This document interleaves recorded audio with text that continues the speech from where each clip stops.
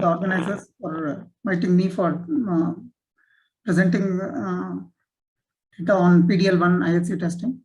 So in continuation with the previous talk, I'll be discussing mainly PD-L1 IHC testing landscape in non-small cell lung cancer. So coming to PD-L1, it's an immune checkpoint protein which is expressed on the activated immune cells and tumor cells. It mainly binds to PD-1, which is a key regulatory surface receptor on CD8 positive T cells. And tumors can evade anti-tumor immune activity by exploiting unregulated PD-L1 expression in the tumor microenvironment. So expression of PD-L1 in cancer is an adaptive immune resistance mechanism, mainly to avoid T cell mediated anti-tumor immune response. So this slide mainly depicts the PD-L1 pathway. On the left side, so the PD-L1 bearing tumor cell, when it binds to the PD-1 on the T cell, so this brings about an inhibitory signal leading to inhibition of immune response, resulting in tumor growth.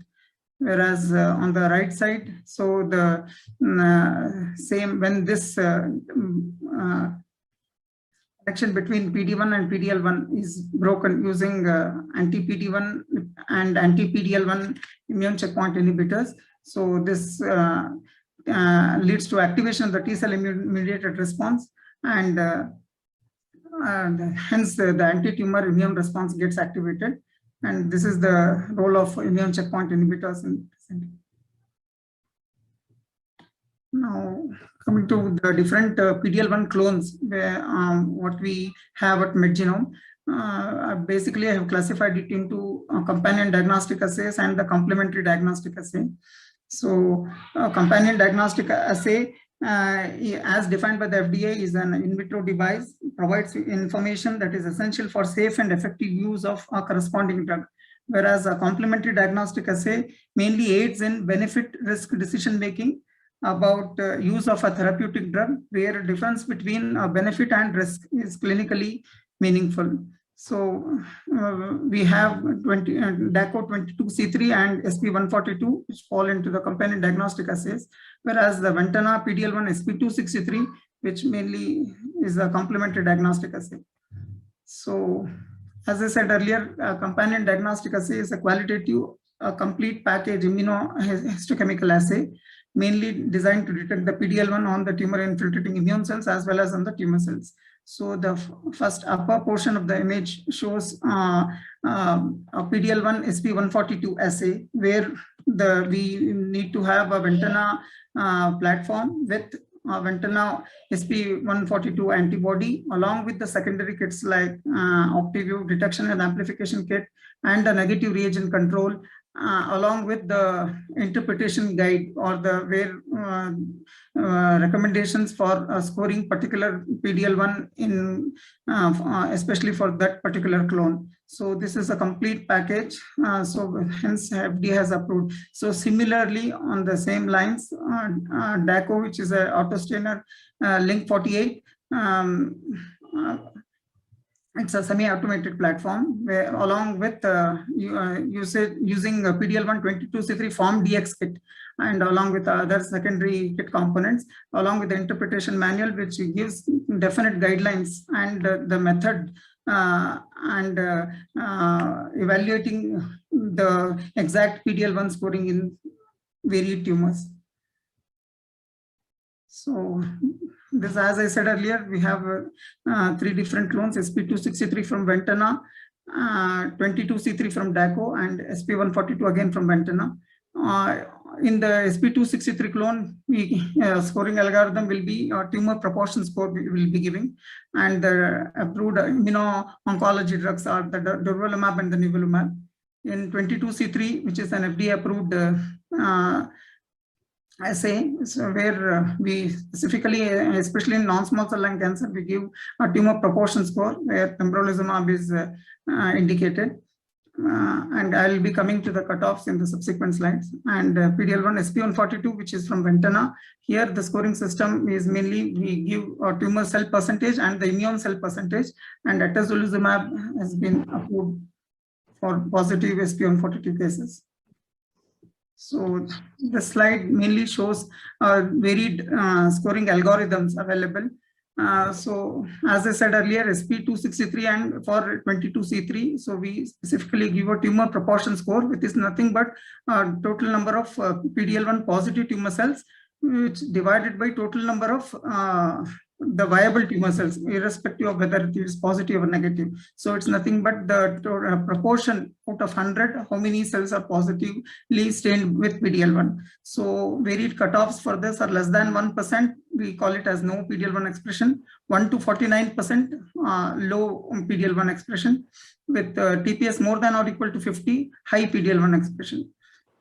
So coming to the SP142 clone, here we detect or calculate the TC and the IC separately. So in two steps.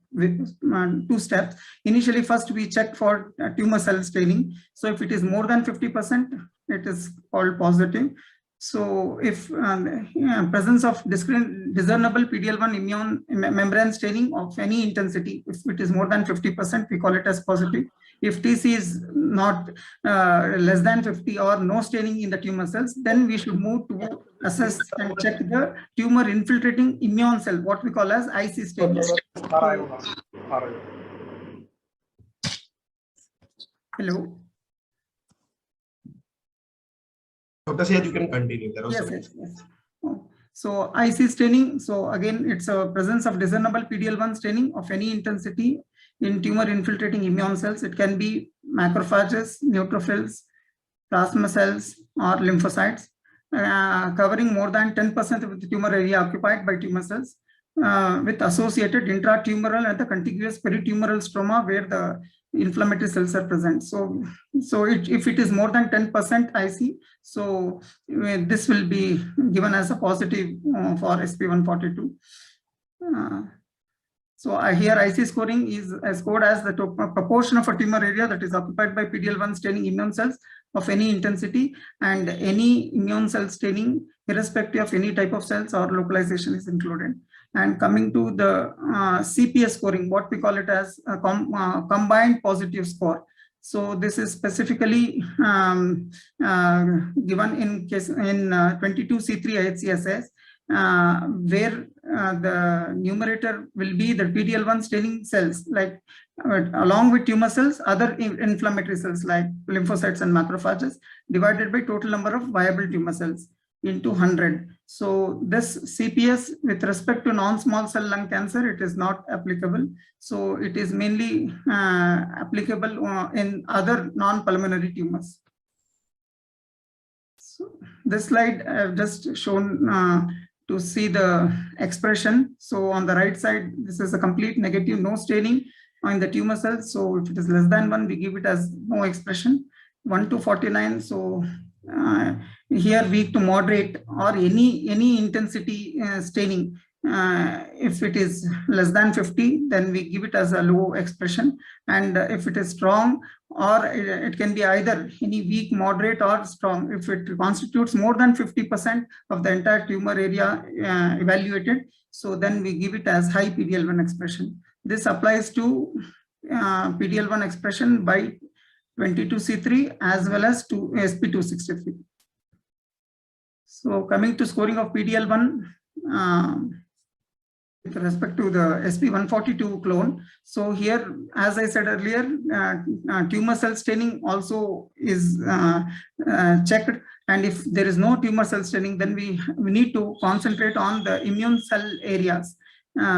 So mainly in the tumoral and the intratumoral as well as the peritumoral stroma where they are accumulated. So sorry to interrupt, but we are running short of time. So kindly conclude your talk. Yes, okay. Yeah, just give me 2 minutes. Yeah, if IC is more than, this is the right side is the IC staining with more than 10%, which we give it as positive. So some pre-analytical factors, the tissues block received should be FFP, formalin fixed and paraffin embedded, and archival tissues, it should be less than 3 years. and fresh tissues in the form of resections, excisions, and biopsies are also accepted. Primary and metastatic sites we evaluate, and adequacy for at least 100 viable tumor cells for sp263 and 22C3, and only 50 viable tumor cells for sp142 staining.